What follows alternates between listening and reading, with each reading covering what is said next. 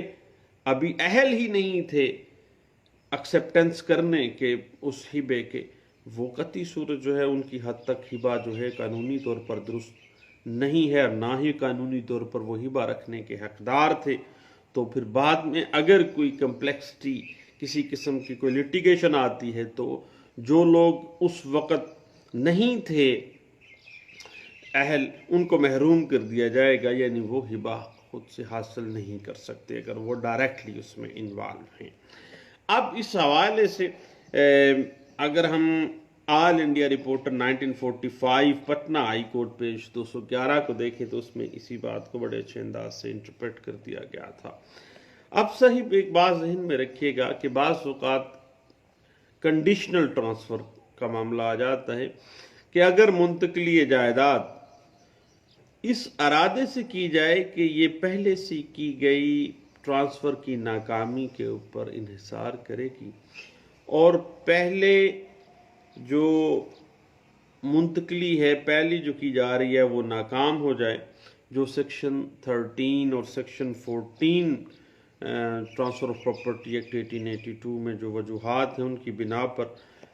یہ بات واضح ہو جائے، تو بعد میں ہونے والی منتقلی بھی ناکام ہو جائے گی۔ فرض کریں کہ اگر زاہد نے علی کے نام جائیداد بطور ٹرسٹ منتقل کی ہو، اور یہ منتقلی عمر کے نام بھی ہو، اب ایک ہی معاہدے کے تحت کی گئی یہ جو پراپرٹی ہے، اب اس کا اطلاق یکے بعد دیگرے ان کے لیے تاحیات ہونا اور بعد میں ان سارے معاملات کے لیے تاحین حیات ہونا، اور بعد ازاں دوسروں کے نام پہ یہ معاملہ اس طرح آ جائے اور section 13 transfer of property act 1882 ناکام ہو جائے، تو بعد جو ٹرانسفری ہے اس کے حق میں آنے والا استفادہ بینیفٹ بھی ختم ہو جائے گا۔ البتہ اگر پہلے مؤثر ہونے والا جو بینیفٹ ہے وہ سیکشن 13 اور section 14 transfer of property act 1882 کے تحت دی گئی جو وجوہات کی بنا پر ناکام نہ ہو، تو بعد میں ہونے والا بینیفٹ بھی ناکام نہیں ہوگا۔ اگر پہلا سکسیسفل ہے تو بعد میں بھی جو بینیفٹ ٹرانسفر ہو رہا ہے وہ سکسیسفل ہوگا۔ اب یاد رکھیے گا کہ جن شرائط کی بنا پر پہلے والا استفادہ بینیفٹ ناکام ہوا، ان کی نوعیت بعد میں ہونے والی منتقلی کا فیصلہ کرتی ہے۔ اگر بعد والی شرط جائز ہو تو پہلے سے قائم شدہ جو بینیفٹ اس پراپرٹی اور اس سے وابستہ شرائط کی خلاف ورزی کی بنا پر ناکام ہو جائے تو بعد میں ہونے والا جو مفاد ہے وہ مؤثر ہوگا۔ البتہ اگر کوئی شرط قانونی طور پر درست نہیں ہے تو اس شرط کی خلاف ورزی کی بنا پر پہلے ہونے والا جو بینیفٹ ہے وہ مؤثر نہیں ہوگا، اور بعد میں ہونے والا جو ٹرانسفر ہے وہ بھی غیر مؤثر ہوگا۔ پہلے والا غیر مؤثر، دوسرے والا بھی غیر مؤثر۔ پہلے والا بینیفٹ جو ٹرانسفر ہوا ہے وہ مؤثر ہے، دوسرے والا بھی مؤثر ہوگا۔ اور اگر پہلے والا جو بینیفٹ ہے کسی پیش کی شرط سے وابستہ ہو جو فرض کرے ناجائز ہو، تو تب پہلے حاصل شدہ مفاد اور بعد میں حاصل شدہ مفاد دونوں ناجائز ہیں۔ جو کہ پہلے والا ناجائز تھا پہلے والا بینیفٹ کی ٹرانسفر پراپرٹی کی وہ ناجائز تھی تو بعد والی بھی ناجائز تھی۔ اب یہ بات ذہن میں رکھ لیجئے گا کہ ایک جائز منتقلی جو بعد میں کی گئی ہے اور اس کا انحصار ایک باطل منتقلی پر ہو تو اس طرح جائز منتقلی بھی ناجائز اور کالعدم قرار پائے گی۔ اگر پہلی منتقلی جائز تھی تو دوسری بھی جائز تھی، اگر پہلی منتقلی ناجائز تھی تو دوسری بھی ناجائز تھی۔ البتہ section 15 transfer of property act 1882 میں واضح کر دیا گیا کہ ایک ایسی منتقلی پر اثر انداز یہ بات جو ہے نہیں ہوگی جو بطور متبادل منتقل کی گئی ہو۔ مثلا زید نے بکر اور عمر کے حق میں تاحین حیات ہبا کیا، جب تک یہ زندہ رہیں گے ان کو ہبا کیا ہے۔ بعد ازاں بکر کے بیٹے کے نام اور اس کی عدم موجودگی میں ان اشخاص کے نام جنہیں بکر نامزد کرے ہونا قرار پائی وہی پراپرٹی جو سب سے پہلے زید نے بکر اور عمر کے حق میں ہبا کی تھی، اور بکر کی کوئی نرینہ اولاد نہیں تھی اور اس نے اپنے حق کا استعمال کرتے ہوئے اپنی بیٹی کے نام منتقل قرار دی، تو قرار پایا کہ بکر کے بیٹے کے ہبا جو ہے چونکہ باطل ہو گیا ہے، لیکن بیٹی کے نام کیا گیا ہبا چونکہ آزاد اور متبادل تھا اس لیے وہ ٹھیک تھا۔ اور یاد رکھیے گا ایک بڑا اہم بات سامنے آتی ہے، پچھلے دنوں ہم نے دیکھا کہ when does an unborn person required vested interest on transfer for his benefit، یعنی پیدائش سے پہلے کسی شخص کے مفاد کے لیے منتقل کی گئی پراپرٹی میں اس ان بورن چائلڈ کو حق کب اس کا پیدا ہوتا ہے، اس پراپرٹی میں اس کا رائٹ کب پیدا ہوگا۔ اب اس حوالے سے میں نے پہلے بھی آپ کو بتایا کہ ٹرانسفر آف پراپرٹی ایکٹ 1882 کی سیکشن 5، 13، 14، 15 کو ضرور دیکھیے گا۔ سکسیشن ایکٹ 1925 کی سیکشن 113 اور 114 کو دیکھیے گا، اور اگر کوئی استفادہ، کوئی بینیفٹ کسی ان بورن پرسن کے لیے پیدا کیا گیا ہو تو وہ بینیفٹ اسے پیدا ہونے کے بعد حاصل ہوگا۔ یہ جو بینیفٹ ہے اس شخص کو حاصل رہے گا خواہ دستاویز کی شرائط کی روح سے اسے ایک خاص عرصہ کے لیے اس بینیفٹ سے محروم کیا گیا ہو، حتیٰ کہ وہ بلوغت حاصل کر لے، بڑا ہو جائے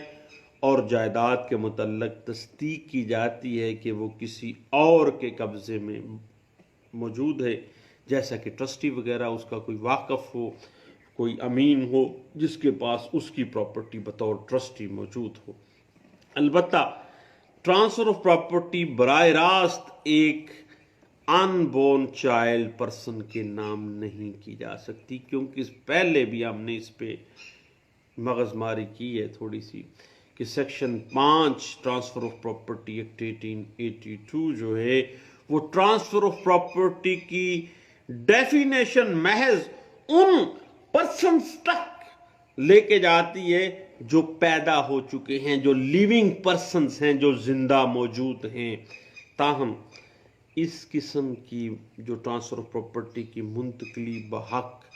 ان بورن چائلڈ ٹرسٹ وغیرہ کے ذریعے کی جا سکتی ہے، اس کا کوئی ٹرسٹ جو ہے وہ کریٹ کیا جا سکتا ہے اور ٹرسٹ کے ذریعے وہ پراپرٹی جو ہے وہ ان بورن چائلڈ تک پہنچ سکتی ہے، اس کے علاوہ ممکن نہیں ہے۔ اور ایک دوست نے پوچھا تھا کہ کیا ان بورن چائلڈ کو ہبا کیا جا سکتا ہے، تو بھائی دیکھیے کسی صورت بھی ہبا نہیں کیا جا سکتا، کیونکہ ہبا کے بنیادی جو انگریڈینٹس ہیں offer acceptance and delivery of position وہ ان بورن چائلڈ کسی صورت بھی جو ٹرسٹ کے ذریعے آپ کو پتہ ہے وہ ممکن نہیں ہے۔